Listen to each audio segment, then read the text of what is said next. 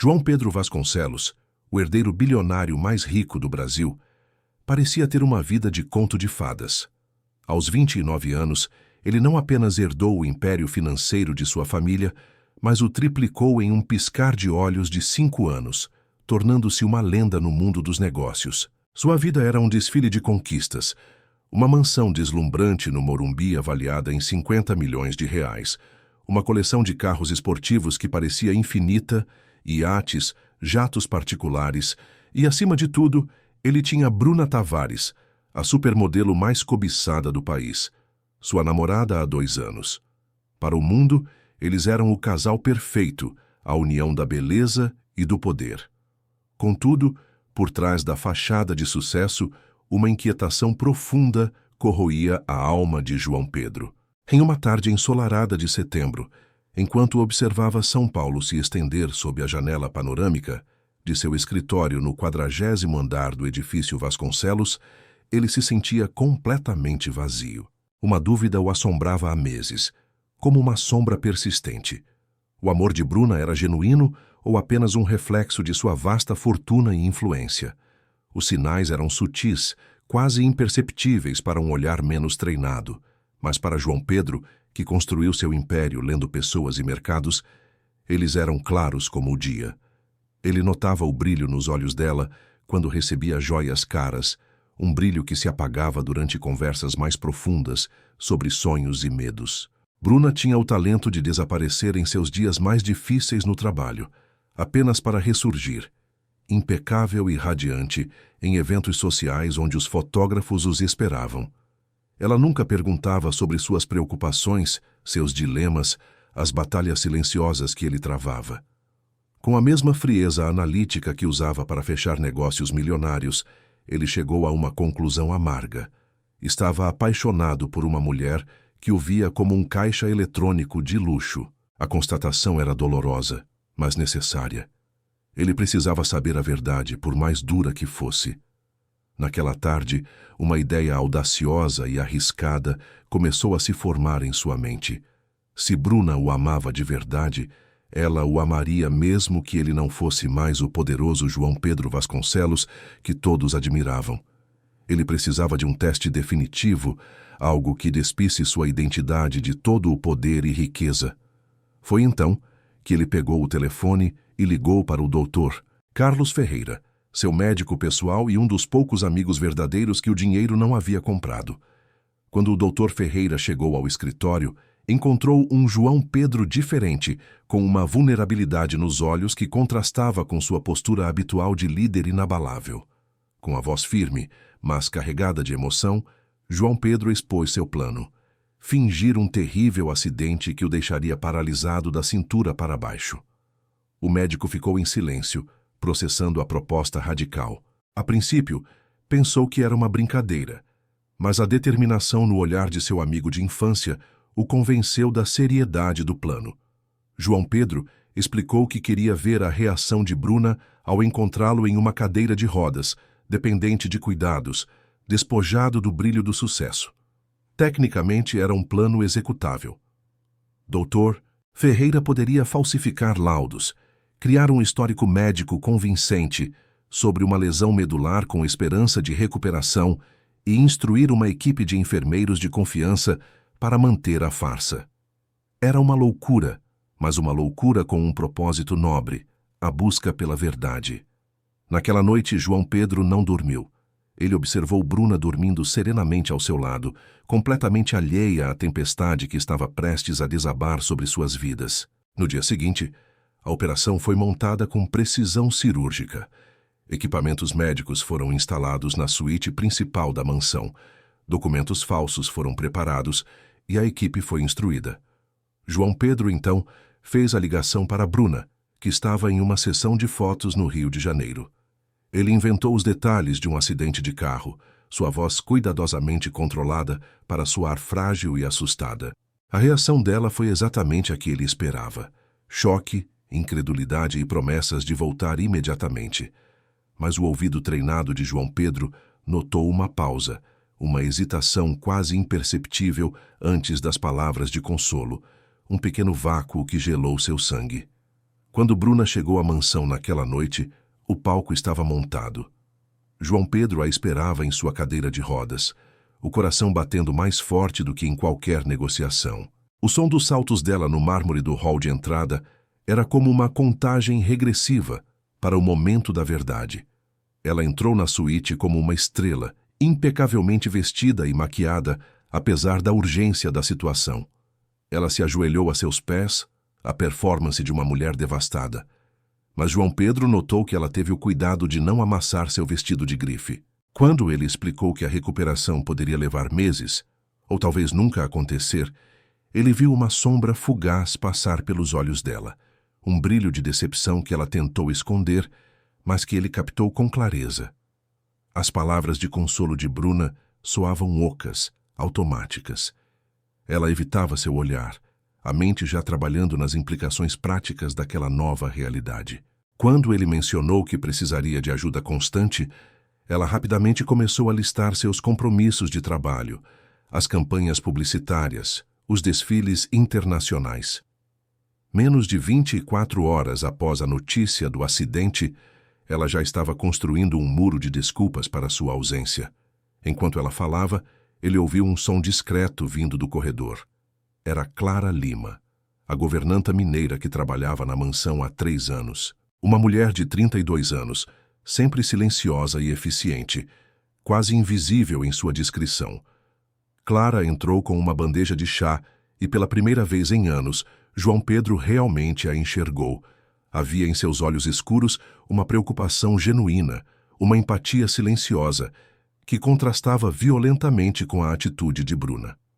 Com gestos cuidadosos, ela ajeitou uma almofada em suas costas. Bruna observou a cena com impaciência, antes de sair para fazer ligações urgentes para seu agente. Sozinho com Clara, João Pedro pediu que ela ficasse, confessando que precisava de companhia. E pela primeira vez, eles conversaram, não como patrão e empregada, mas como 2 almas.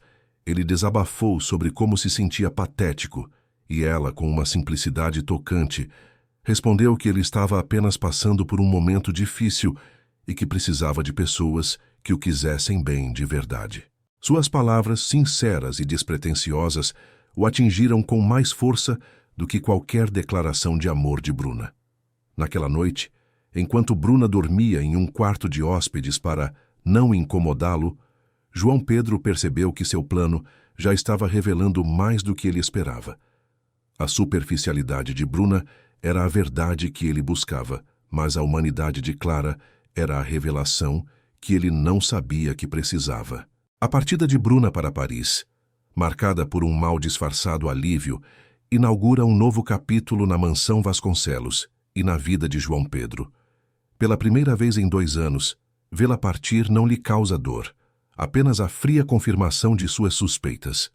O que ele ainda não sabe é que essa ausência criará o vácuo perfeito para que uma nova e inesperada realidade floresça. Enquanto Bruna se comunica através de mensagens esporádicas e repletas de desculpas para prolongar sua estadia no exterior, a campanha aqui é um sucesso, querido. Estou fazendo isso por nós. Clara Lima transforma-se gradualmente de uma funcionária invisível para uma presença constante, silenciosa e indispensável.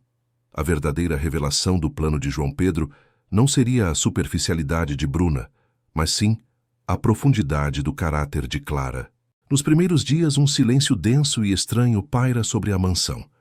João Pedro, confinado à sua cadeira de rodas, sente o peso de cada cômodo vazio. Antes, a casa era um palco para a vida glamorosa de Bruna. Agora, sem ela, as paredes pareciam apenas ecoar sua solidão. Foi nesse vácuo que a presença de Clara começou a brilhar. A rotina de cuidados dela se desenrolava com uma naturalidade e uma ternura que o desarmavam. O café da manhã, que antes era um evento formal servido por um chefe, transformou-se em um ritual de conforto. Em uma manhã, em vez do cardápio sofisticado de sempre, Clara entrou timidamente em seus aposentos com uma bandeja simples. Nela havia pães de queijo dourados e quentinhos, cujo aroma amanteigado preencheu o quarto, acompanhados de uma tigela de cerâmica com café com leite cremoso. "Fiz para o senhor", ela disse com a voz baixa. É um jeito de Minas Gerais de começar o dia com o pé direito. Ao provar o primeiro pão de queijo, macio e com o queijo derretendo, João Pedro sentiu algo mais do que sabor. Era um gosto de cuidado, de lar, algo que nenhuma iguaria de um restaurante 5 estrelas jamais lhe proporcionara. Foi um milagre pequeno e silencioso, a descoberta de que o verdadeiro alimento não nutre apenas o corpo, mas também a alma. Os dias que se seguiram foram uma sucessão dessas pequenas revelações. João Pedro começou a observar Clara, não mais como um patrão, mas com a curiosidade de quem descobre um tesouro escondido. Ele percebeu que ela não apenas limpava a casa, ela cuidava dela. As flores nos vasos eram sempre frescas, trocadas antes mesmo de murcharem. Havia um livro de poesias de Carlos Drummond de Andrade discretamente pousado na mesa de centro da biblioteca, que ele tinha certeza de não ter colocado ali. Uma tarde, enquanto passava pelo corredor, ouviu uma melodia suave vindo da cozinha. Era Clara, cantando baixinho uma canção de Milton Nascimento enquanto preparava o almoço, sua voz doce e melancólica preenchendo o ar. Ele parou, escondido, apenas para ouvir, sentindo uma paz que há muito não experimentava. Um acontecimento marcante ocorreu em uma tarde chuvosa, quando a solidão pareceu pesar mais do que o normal. João Pedro, tentando alcançar um livro na prateleira mais alta de sua estante, desequilibrou-se na cadeira e quase caiu. Frustrado com a própria farsa e com a vulnerabilidade que ela impunha, ele bateu com o punho no braço da cadeira, sentindo uma onda de impotência. Clara, que limpava a sala ao lado, ouviu o barulho e entrou apressada. Ela não demonstrou pena ou constrangimento. Seus olhos transmitiram uma compreensão serena. Sem dizer uma palavra, ela pegou o livro que ele queria, Grande Sertão Veredas, e o entregou. Então, sentou-se em um banquinho próximo e disse: Meu avô, lá em Minas, dizia que a vida é como um rio. Às vezes a correnteza é forte e a gente acha que vai afundar. Mas se a gente se agarrar em uma pedra firme, a água passa e o rio se acalma de novo. Ela não sabia, mas naquele momento ela era a pedra firme dele. Aquele conselho simples, vindo de uma sabedoria popular, foi mais terapêutico do que qualquer conversa que ele já tivera. O milagre daquele dia foi perceber que a força não vinha de sua capacidade de andar, mas da conexão humana que ele estava construindo. Com o passar dos dias, João Pedro começou a criar pequenas desculpas para que Clara ficasse mais tempo com ele. Pedia que ela lesse em voz alta as notícias do jornal, apenas para ouvir o som de sua voz. Pedia sua opinião sobre a programação da TV, algo que Bruna jamais se importaria. Durante uma dessas leituras, Clara se deparou com uma notícia sobre economia internacional. Ela hesitou por um momento e depois, timidamente, fez uma observação incrivelmente perspicaz sobre o mercado asiático. João Pedro ficou chocado. Como você sabe disso? Ele perguntou. Envergonhada, ela confessou que tinha uma licenciatura em letras e que antes de vir para São Paulo, sonhava em fazer um mestrado em linguística, mas as circunstâncias da vida a levaram por outro caminho. Ele descobriu que ela falava inglês e espanhol fluentemente, habilidades que ela nunca havia mencionado. Aquela mulher, que ele via apenas através da lente de sua função, era um universo de conhecimento, sonhos e inteligência. O respeito que ele sentia por ela se transformou em uma profunda admiração.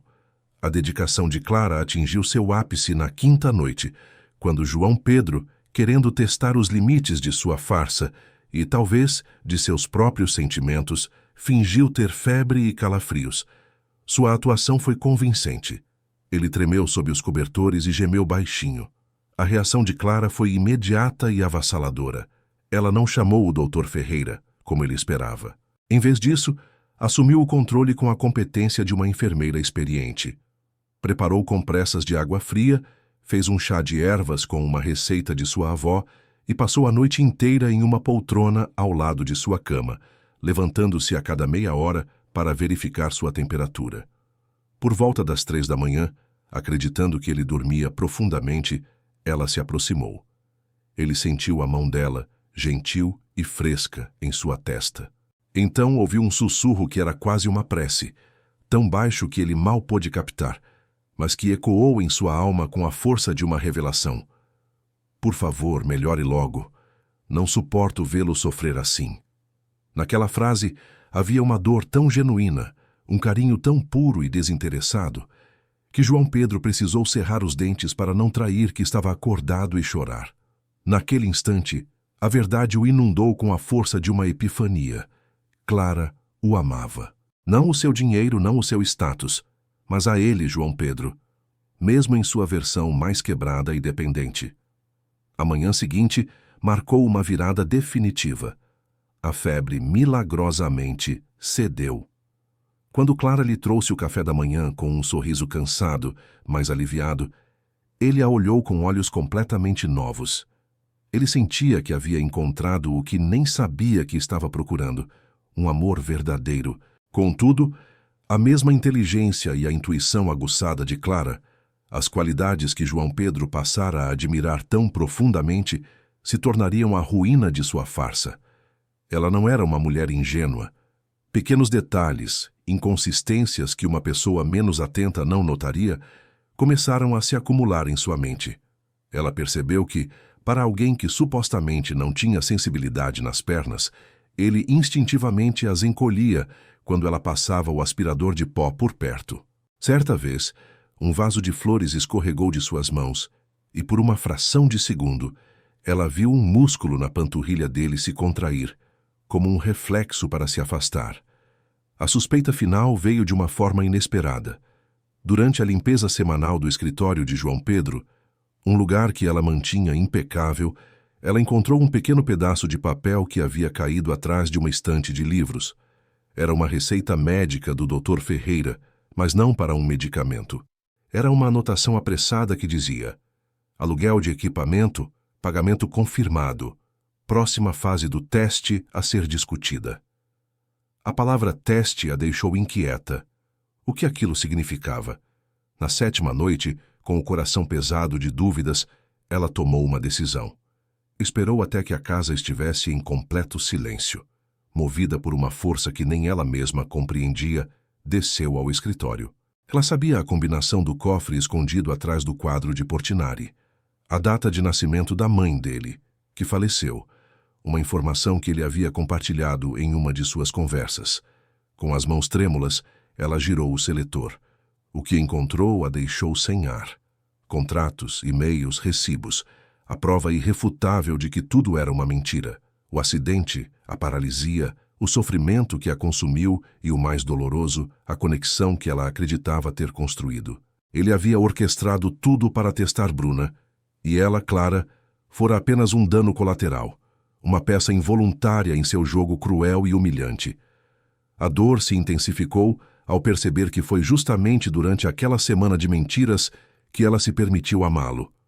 As noites em claro, as preces por sua recuperação, tudo havia sido em vão. Sentindo o mundo desmoronar, Clara recolocou tudo no lugar, subiu para seu quarto, arrumou suas malas em um silêncio sepulcral e deixou uma carta de demissão formal na cozinha.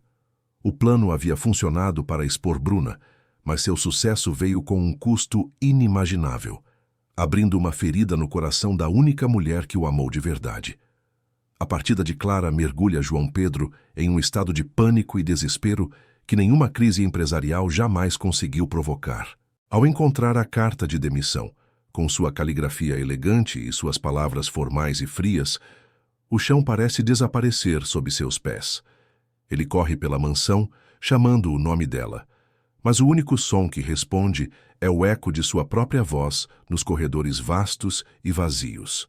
Ironicamente, no momento em que ele se levanta da cadeira de rodas abandonando a farsa para sempre, ele se sente mais paralisado do que nunca, paralisado pelo remorso, pela solidão e pelo medo avassalador de ter perdido para sempre a única mulher que o viu de verdade. A mansão, antes um símbolo de seu poder, agora se transforma em uma prisão dourada, cada objeto um lembrete doloroso de sua ausência. A poltrona onde ela passou a noite cuidando de sua febre, o aroma fantasma de pão de queijo que parecia pairar na cozinha, o livro de Drummond na biblioteca, tudo gritava o nome dela. Sua primeira ação é ligar para o Dr. Ferreira. não mais com a arrogância de quem controla um plano, mas com a voz embargada de um homem que perdeu tudo. Ela descobriu Carlos. Ela se foi. Do outro lado da linha, o médico suspira, a preocupação em sua voz substituindo qualquer tom de censura. Eu avisei que isso era arriscado, João Pedro. Mas João Pedro o interrompe, a voz carregada de uma emoção crua que o amigo raramente ouvia. Não se trata mais do plano, Carlos. Trata-se dela. Eu me apaixonei por ela. A mulher que me amou quando eu não tinha nada a oferecer, a quem cuidei como se fosse a pessoa mais importante do mundo. E eu a recompensei com a mais cruel das mentiras. Eu preciso encontrá-la. A busca por Clara Lima em uma cidade de milhões de habitantes se revela uma tarefa hercúlea, muito mais complexa do que qualquer aquisição ou fusão que ele já liderou. Ser um dos homens mais ricos do Brasil não significa nada quando a pessoa que você procura tem todas as razões do mundo para se esconder de você. Ele contrata as melhores agências de investigação, homens que poderiam encontrar uma agulha em um palheiro, mas Clara parece ter se evaporado. Ela não usou cartões de crédito, não deixou rastros digitais, não contatou amigos em comum. Ela simplesmente desapareceu, levando consigo o coração de João Pedro. Os dias se transformam em uma tortura lenta. Ele mal dorme, mal come. A comida preparada pelos chefes mais renomados não tem sabor. O silêncio da mansão é ensurdecedor. Em meio a essa busca frenética, Bruna retorna de Paris, bronzeada e radiante. Ela entra na mansão e o encontra de pé, olhando pela janela. Sua reação não é de alívio ou alegria por sua recuperação milagrosa, mas de uma confusa surpresa. Querido, você está andando. Que maravilha. Precisamos comemorar. Pensei em irmos para Angra neste fim de semana. O iate está pronto. Sua completa falta de curiosidade sobre como ele se recuperou, sua pressa em retomar a agenda social, tudo apenas ressalta a superficialidade que ele agora despreza.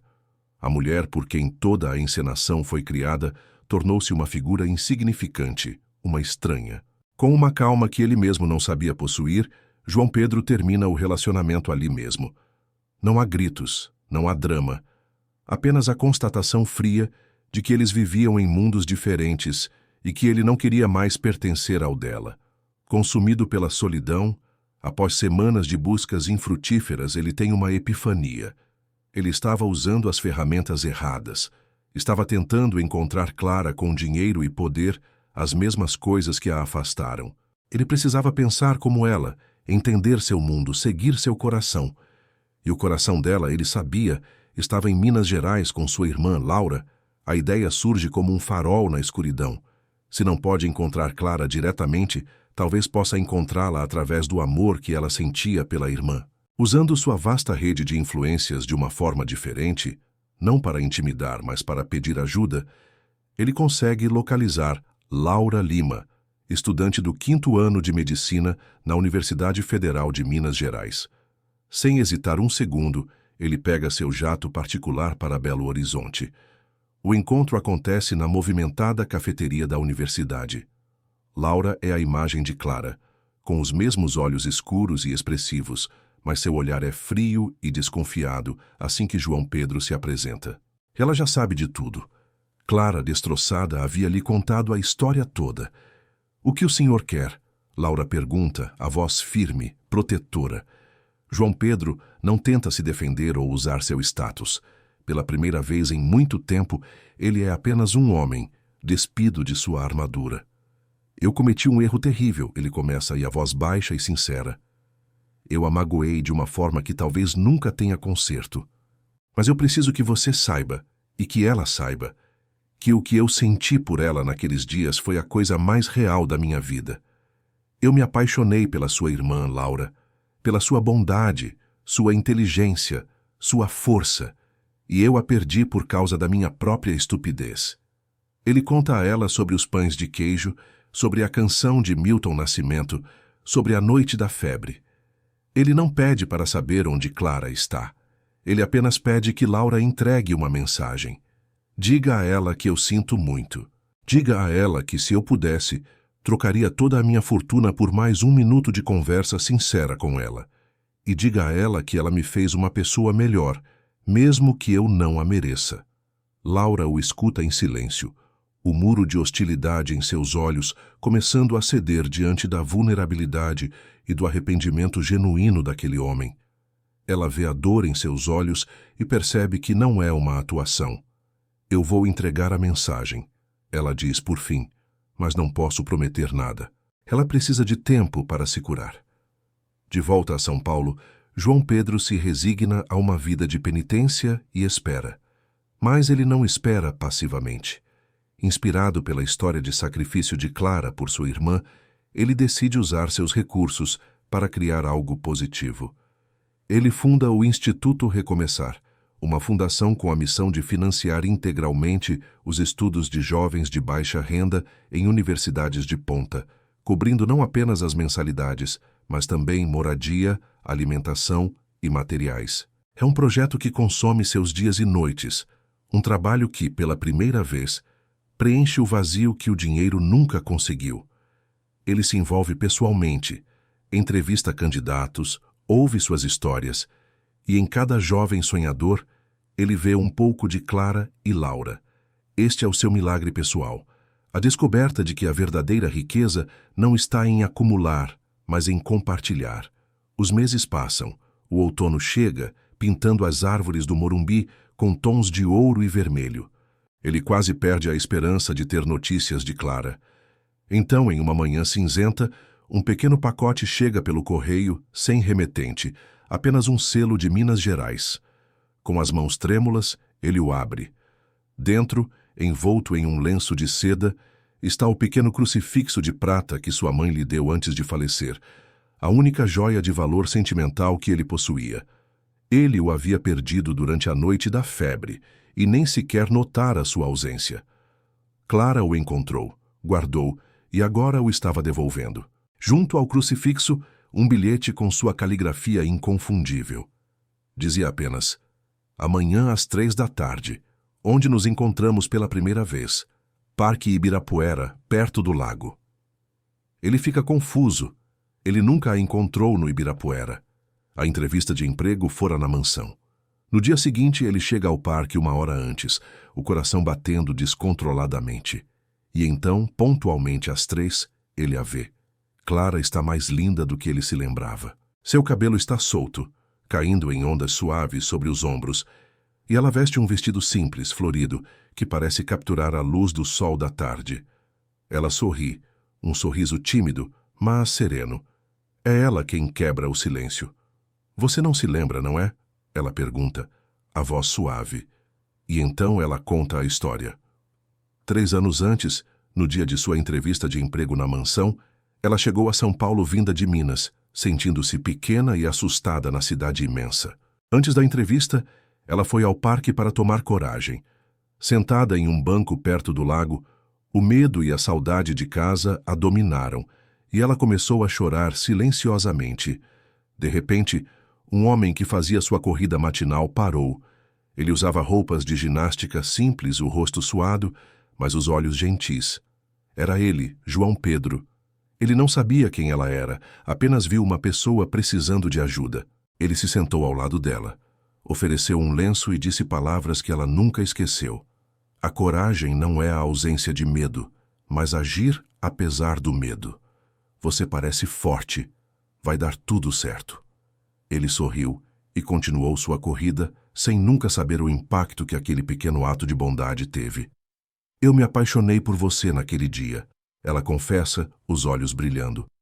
Pelo homem gentil do parque.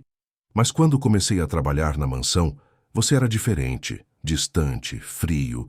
Eu pensei que tinha imaginado tudo. Naquela semana, na cadeira de rodas, eu reencontrei o homem do parque. Por isso a mentira doeu tanto, porque você me fez acreditar que ele tinha voltado. Ao ouvir isso, o mundo de João Pedro gira. A lembrança vaga daquele dia volta com uma clareza avassaladora. Em um ato de entrega total, movido por uma onda de amor e arrependimento, ele se ajoelha na grama. Clara, me perdoe. Não pelo bilionário que te enganou, mas pelo homem do parque que se perdeu no caminho. Eu quero ser aquele homem de novo, para você, todos os dias. Lágrimas escorrem pelo rosto dela, mas desta vez são de esperança. Ela o ajuda a se levantar e, olhando em seus olhos, diz: uma chance, com uma condição: honestidade. Para sempre. A história deles recomeça ali, naquele banco de parque. 2 anos depois, eles se casam em uma cerimônia íntima e emocionante, no mesmo local, sob as árvores frondosas do Ibirapuera, cercados por amigos verdadeiros e pelos primeiros jovens formados pelo Instituto Recomeçar. Clara, com sua sabedoria e empatia, torna-se a diretora da fundação, transformando a vida de centenas de jovens. João Pedro, ao lado dela, encontra o propósito que sempre buscou. Eles constroem um amor baseado na verdade, na gentileza e no perdão. Anos mais tarde, com filhos correndo pela grama, eles ainda voltam àquele banco. Um lembrete de que o maior milagre não é ter tudo o que o dinheiro pode comprar, mas encontrar alguém que veja o melhor em você, mesmo quando você se esquece de quem é.